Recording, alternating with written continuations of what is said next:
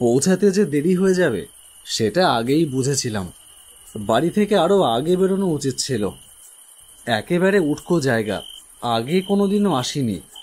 তার উপরে যিনি ফোন করেছিলেন তার কথাবার্তাও তেমন একটা সুবিধার মনে হয়নি। তবু ব্যবসার ধর্ম, ক্লায়েন্ট কল করলে আমাদের যেতেই হবে। প্রেডিকশন সবসময় মিলে যায় না, কখনো কখনো ভুলও হয়। মানে যার সাথে কথা বলার শুরুতে মনেই হয়নি যে আমাদের সার্ভিস নেবে, অথচ শেষমেশ দেখা যায় সে প্রিমিয়াম প্যাকেজটা বুক করে ফেলেছে। এই জন্য আমাদের যেতেই হয়। নিশিতপুর স্টেশনে তো নামলাম, এবার এখান থেকে যেতে হবে চাপাতলায়। খেয়াল করলাম স্টেশনে নেমেছি আমি একা। আমি ছাড়া আর কোনো মানুষের অস্তিত্ব নেই আশেপাশে কোথাও। স্টেশনের বাইরে নেমে এলাম।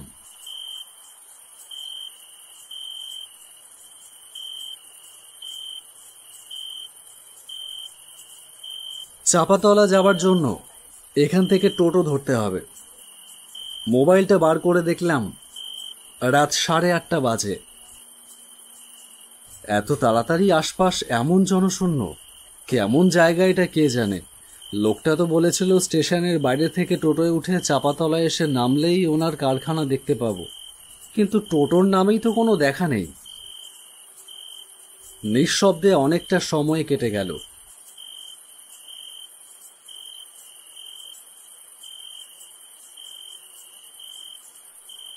কিন্তু একটা টোটোরও দেখা মিলল না। কি দাদা, কোথায় যাবেন? চমকে উঠে পাশের দিকে তাকাতেই দেখলাম অন্ধকারের ভেতর একজন লোক এসে দাঁড়িয়েছে কখন যেন। আমার বয়সই হবে, কিন্তু তার সারা মুখে ছড়িয়ে রয়েছে গভীর এক হতাশার ছাপ। অন্ধকারের মধ্যেও সেটা পরিষ্কার বোঝাই গেল। কি হলো, হা করে তাকিয়ে আছেন কেন? কোথায় যাবেন বলুন, তাহলে আমি নিয়ে যাচ্ছি। এমনিতেই রাতের বেলা এই রাস্তায় তেমন একটা কিছু পাওয়া যায় না। হ্যাঁ হ্যাঁ, যাবো বই কি, যাবো বলেই তো দাঁড়িয়ে আছি। সেটাই তো জিজ্ঞেস করছি, কোথায় যাবেন? আমি যাব চাপাতলায়। যাবেন? যাব, উঠে আসুন।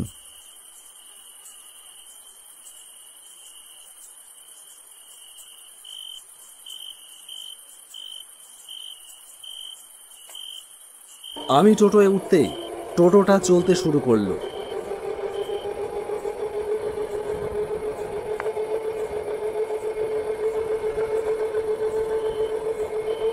কিছুক্ষণ বিনা বাক্য ব্যয়ে টোটো চালাবার পরে টোটোওয়ালা বলল, চাপাতলায় কোথায় যাবেন?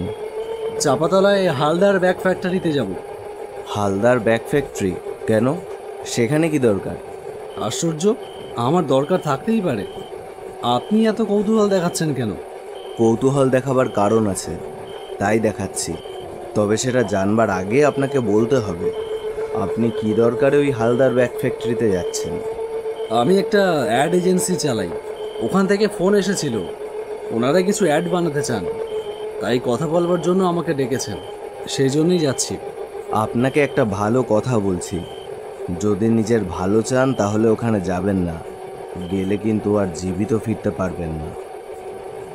মানে এসব কি বলছেন আপনি? আপনার একবারও মনে হয়নি কেন এই এলাকাটা এই সন্ধে রাতে এত নিঝুম?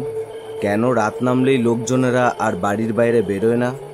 নিশিতপুরের বাতাস আপনার কাছে একটুও ভারী লাগেনি?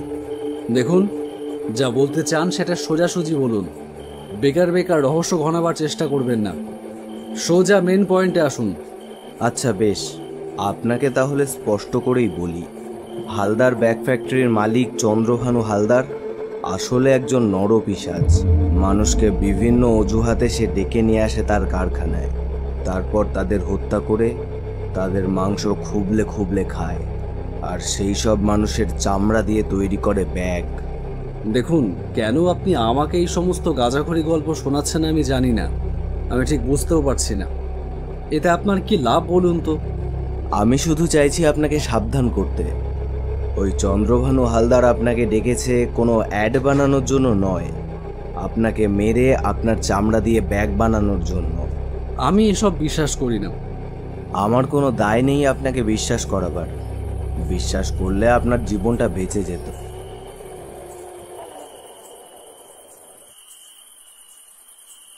নিন, চাপাতলা এসে গেছে। ওই যে হালদার ব্যাগ ফ্যাক্টরি। টোটো থেকে নেমে ভাড়া মিটিয়ে তাকে বিদায় করলাম। ভাট বকে বকে মাথা ধরিয়ে দিয়েছিল একেবারে। সামনে তাকিয়ে দেখলাম রাস্তার ধারে একটা ফাঁকা জায়গায় একতলা একটা বিল্ডিং, তার সামনে একটা সাইনবোর্ড দেওয়া, তাতে লেখা হালদার ব্যাগ ফ্যাক্টরি। যাক, এসে পড়েছি তাহলে। এইবার ভেতরে গিয়ে কথাবার্তা সব ফাইনাল হলেই হয়। ফোনটা বার করে যে নাম্বার থেকে ফোনটা এসেছিল সেই নাম্বারটা ডায়াল করলাম। হ্যালো, যিনি আমাকে ফোন করেছিলেন উনিই ফোনটা রিসিভ করলেন। হ্যালো। হ্যাঁ, আমি সোমনাথ রায়চৌধুরী বলছি। আমি এসেছি, আপনার ফ্যাক্টরির দরজার বাইরে দাঁড়িয়ে আছি। দরজা খোলাই আছে, আপনি দরজা ঠেলে ভেতরে চলে আসুন, আমি ভেতরেই আছি। আচ্ছা আচ্ছা, ঠিক আছে, আমি এক্ষুনি আসছি।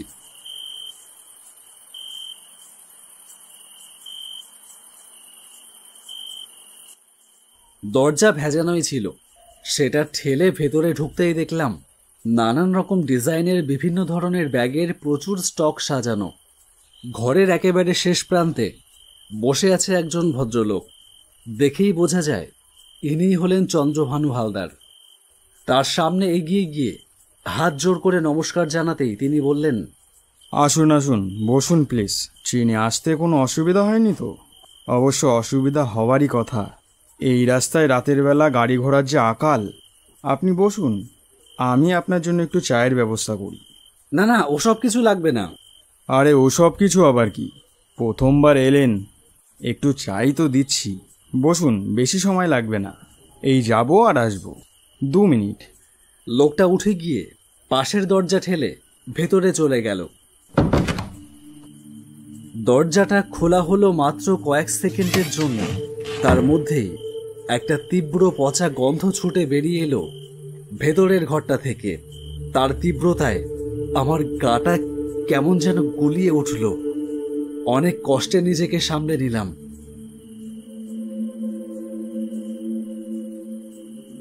কিছুক্ষণ পরে লোকটা 1 কাপ চা নিয়ে বেরিয়ে এলো বাইরে। বেরোবার সময় আবার সেই তীব্র পচা গন্ধ। লোকটা চা এনে টেবিলের উপরে রাখলো। তারপরে আমার মনের ভাব আন্দাজ করেই যেন বলল, চামড়ার ব্যাগের কারখানা, তাই একটু গন্ধ হয়। আমাদের সয়ে গেছে, কিন্তু আপনার বোধহয় একটু অসুবিধাই হলো। না না, ঠিক আছে, অসুবিধা নেই। বেশ, আপনি চাটা খেয়ে নিন, তারপরে কথা বলছি। যে ঘরের ভেতর থেকে চাটা এলো তাতে ইচ্ছে করছে না ওই চায়ে চুমুক দিতে, কিন্তু কি আর করব, সৌজন্যতার খাতিরে কাপটা হাতে তুলে নিলাম। তাতে একটা চুমুক দিতেই আমার চোখের সামনে সবকিছু কেমন যেন ঝাপসা হতে শুরু করলো। আমি বুঝলাম যেটা খেলাম তার সাথে কিছু একটা মেশানো ছিল। বিপদ ঘনিয়ে আসছে আন্দাজ করতে পারলাম। উঠে দাঁড়াবার চেষ্টা করলাম, কিন্তু পারলাম না। ততক্ষণে আমার চেতনা সম্পূর্ণ ঢলে পড়েছে।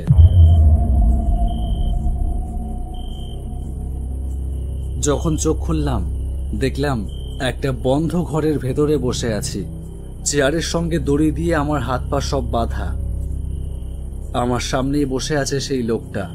একটা টেবিলে কাঁচা মাংসের স্তূপ, মানুষের মাংস কেটে কেটে ডাই করে রাখা হয়েছে টেবিলের ওপরে। সারা ঘরময় সেই নারকীয় পচা গন্ধ। আমার সামনে বসে থাকা লোকটার হাতে একটা মাংস কাটা চপার। বুঝলাম এই টেবিলের ওপরে আমার মাংস কেটে জড়ো করবার আয়োজন করা হচ্ছে। আমি চিৎকার করে বললাম, দেখুন, আমাকে ছেড়ে দিন, আমাকে ছেড়ে দিন বলছি, এর পরিণাম কিন্তু ভালো হবে না। লোকটা পৈশাচিক অট্টহাসি হাসতে হাসতে উঠে দাঁড়ালো। দেখলাম তার চোখের মণিতে জ্বলে রয়েছে এক অপার্থিব ক্ষিপ্রতা।